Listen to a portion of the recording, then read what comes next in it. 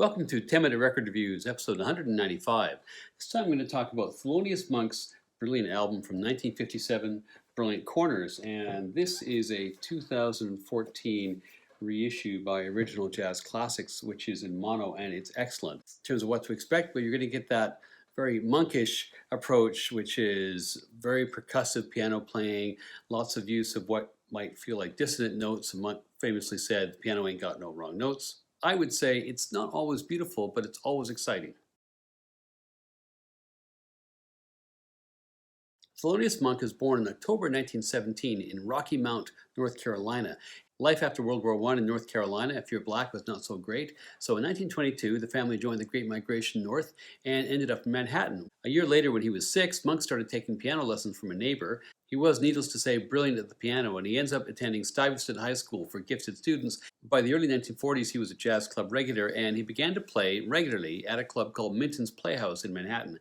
And Minton's is where the bebop sound, which was such a break from the pre-war sound of jazz, began to evolve because of the piano of Monk, because of the trumpet of Dizzy Gillespie, and perhaps above all, because of the alto saxophone of Charlie Parker.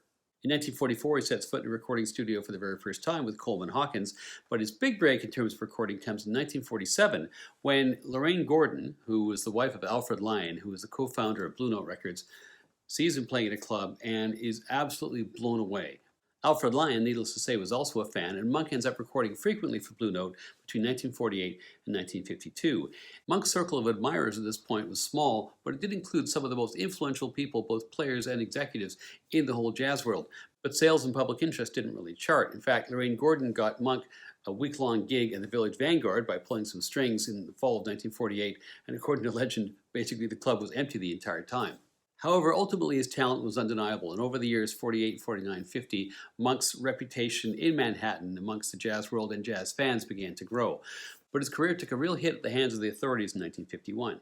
He and the famous piano player Bud Powell were in a car together. There were drugs in the car. He himself was not actually charged, but because he refused to testify, the police yanked his cabaret card, which was his license to perform in any establishment which served alcohol in New York. He was rescued to an extent by another piano player, a guy called Randy Weston, who linked him up with a whole bunch of black-owned clubs in Brooklyn so that Monk could actually still continue to play. He made the best of these years in exile. In addition to playing in Brooklyn, he played out of town a lot. He also recorded a lot in those early 1950s years, first for Blue Note and then from 1952 to 54 with Prestige Records. If the year 1951 had seen Monk set back by the white establishment, 1954 is a whole different kettle of fish, because it's in that year that he goes to Paris and he meets Baroness Pannonica de Koningswarter, or Nika de Koningswarter. She was basically the friend and patron of the cream of black American jazz musicians, people like Charlie Parker, Sonny Rollins, Charles Mingus, Art Blakey, but her most significant relationship of all those was with Thelonious Monk. But it was also not a menage, but a melange, because it also involved Monk's wife, Nellie. And of course, one of the other keys about Monk is that he was suffering and all his whole life from bipolar disorder. Nika Koningswarter had money, had connections, could pay for hospitals, could get Monk institutionalized and treated when he needed this. And the three of them basically found a way to manage Monk's career through the rest of his life. And in fact, Nellie and Monk end up moving in with Nika for the last 9 years of Monk's life between 1973 and 1982. In terms of Monk's recording career, there were some great moments in the Blue Note years and the Prestige years. But he really comes into his own in 1955 when Orrin Keepnews of Riverside Records buys out his contract. Sales had not been great. Monk, of course, was quite an idiosyncratic player and an idiosyncratic composer. Keepnews buys out his contract for $108 and change. Monk is hugely grateful and, as a way of repaying Keepnews, agrees to record a couple of albums of standards, assuming that these are going to sell better than some of his own compositions. So he records 2 albums of standards, the first 2 records he does for Riverside, and both of those basically fall flat.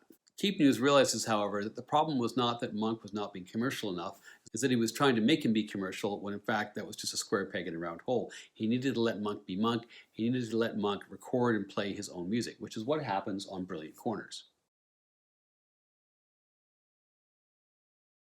These recording sessions are the stuff of legend. They begin in October 1956 at Reeves Studios in New York, which was a low-budget studio.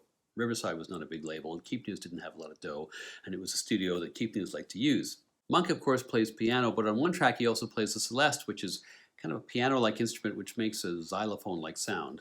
Ernie Henry is on alto, and Ernie Henry at the time was a bit of a project of Monk's. Monk, of course, had previously been a heroin addict, and Ernie Henry still was. Monk had got him back on the rails. He'd persuaded Keep News to sign him at Riverside. Henry ends up recording 3 albums as a leader for Riverside, and then in 1957, sadly, he succumbs to his addiction and dies of an overdose. And speaking of heroin addiction, on tenor is Sonny Rollins, who had spent the previous year in Chicago getting clean. He was back in New York with a bang, making fantastic records like Saxophone Colossus. Oscar Pettiford is on bass, and he was kind of a regular for Monk at this point, having played in his 2 previous records. That wasn't to last, as we'll see.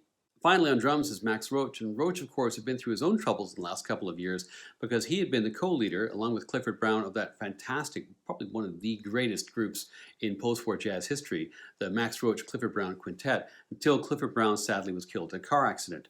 So, if you think about it, this is a group of guys who have, in many ways, almost all, with the possible exception of Pettiford, been through some pretty serious trauma of different kinds in the last couple of years. And their stability and their patience was going to be tested in these sessions. The first session on October 9th went pretty well. They cut 2 tracks.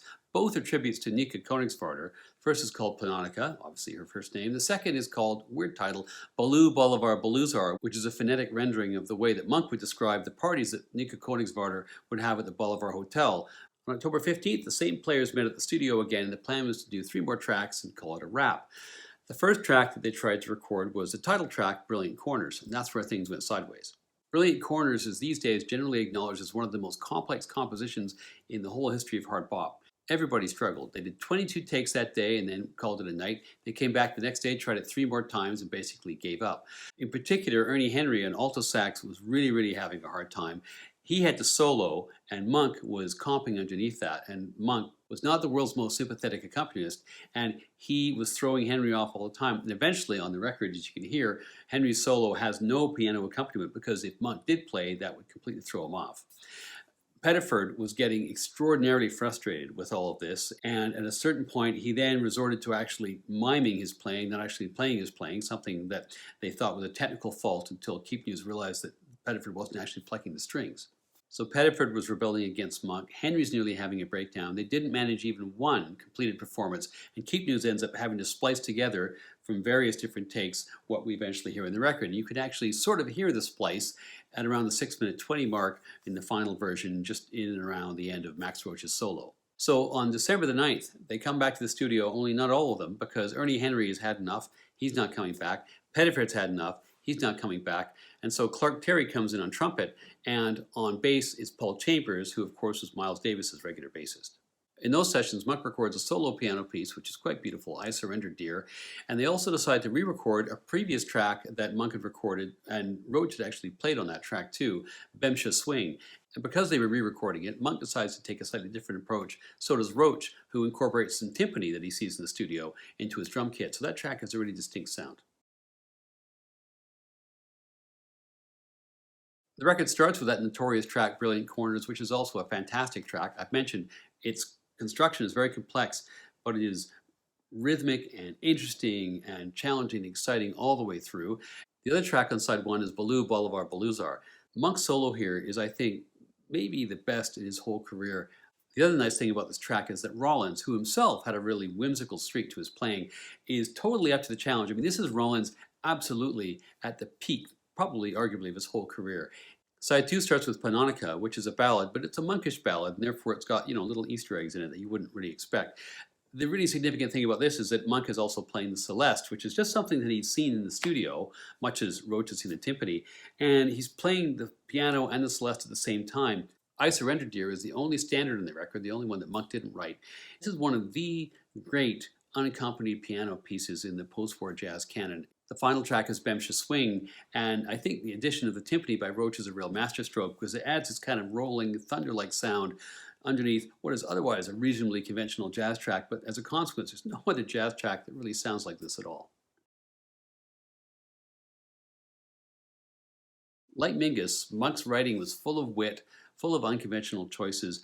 Both of these guys were, Monk and Mingus, were revolutionaries within a revolution, I guess you could say. And Monk never really finds a resting point. And I guess that's the beauty, that you can never really expect what you're going to get a one Monk record based on what you heard in the previous one. It may not be everyone's cup of tea, but I personally find it a thrilling listen. I think it's a must for any post-war jazz collection, and it's 5 out of 5.